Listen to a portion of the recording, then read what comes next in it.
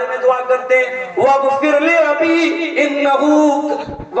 ابی انہ کان من الضالین، اے اللہ میرے باپ کو تو بخش دے، میرا باپ گمراہوں میں سے، ولا تخزنی یوم یبعثون، اور اے اللہ تو مجھے قیامت کے دن رسوا مت کرنا۔ اپنے باپ کی چنتا ہے حضرت ابراہیم کہ قیامت کے دن میں تو اللہ کا خلیل، میں تو اللہ کا پیغمبر، اور میرا باپ جہنم کی آگ میں جائے، یہ تو میری ذلت اور رسوائی کا سبب ہوگا۔ اللہ سے دعا کرتے ہیں اللہ قیامت کے دن تو میری رسوائی، مجھے رسوائی سے بچا لے اور مجھے قیامت کے دن کی تو ذلت سے بچا لے۔ یعقوب علیہ السلام کو دیکھیے، یعقوب علیہ السلام کا آخری ٹائم ہے، ان کے 12 بیٹے، باپ کے مرنے کے ٹائم میں 12 بیٹے اپنے باپ کے پاس موجود ہیں۔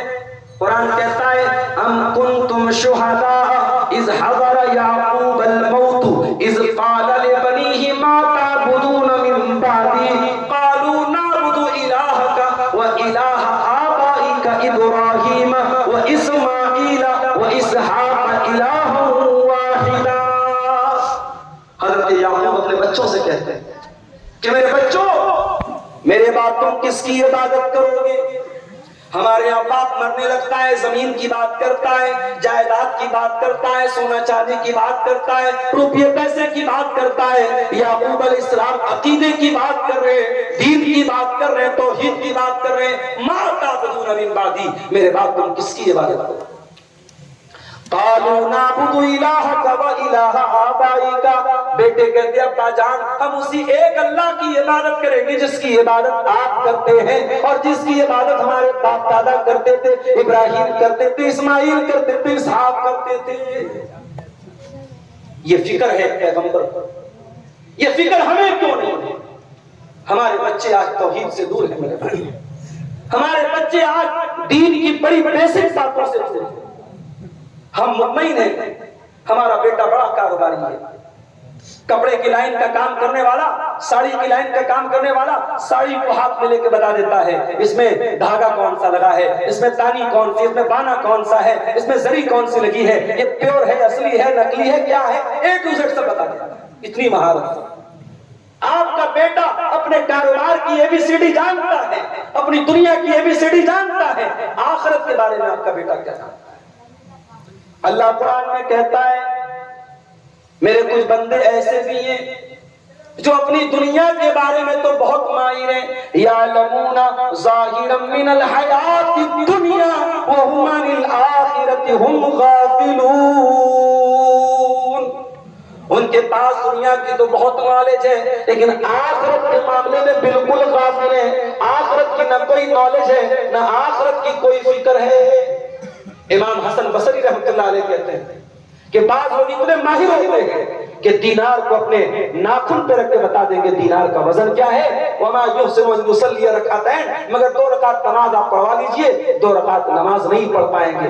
دنیا کے اتنے ماہر کہ ناخن پہ رکھ کے سونے کے سکے کا وزن بتا دیں، اور دین کے معاملے میں اتنے زیرو ہیں کہ وہ 2 رکعت نماز بھی نہیں پڑھ پائیں گے۔ آج معاف کیجئے ہمارے نوجوان نسل کا یہی حال ہے، اور لڑکیوں کا تو اور برا حال ہے، عورتوں کا تو اور برا حال ہے۔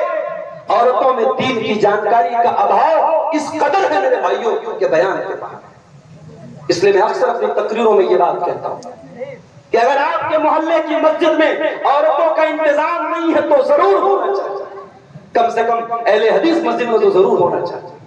آج دوسروں کو سبق دے رہے ہیں، دوسروں کو نصیحت دے رہے ہیں۔ میں جھارکھنڈ میں نے دیکھا، بنگال میں نے دیکھا، بہار میں نے دیکھا، بہت ساری بلکہ اکثر اہل حدیث کی مسجدوں میں عورتوں کا انتظام ہے۔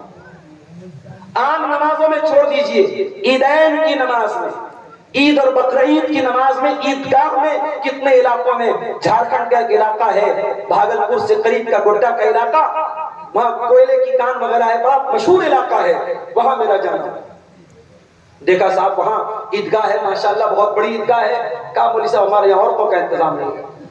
میں نے جمعہ کا خطبہ دیا، سمجھایا بجھایا، بیٹھ کر کے ذمہ داروں سے بات کی، الحمدللہ وہاں پہ عیدگاہ میں بھی شروعات ہو گئی، مسجد میں بھی شروعات ہو گئی۔ آپ یقین کریں میرے بھائی، ہم بیمار ہوتے ہیں، سردی لگتی ہے، ڈاکٹر ہلکی پھلکی دوا دیتا ہے، لیکن وائرل فیور ہو جاتا ہے، اگر ہمیں ٹائیفائیڈ ہو جاتا ہے تو ڈاکٹر پھر ہمیں تگڑا والا اینٹی بائیوٹک دیتا ہے۔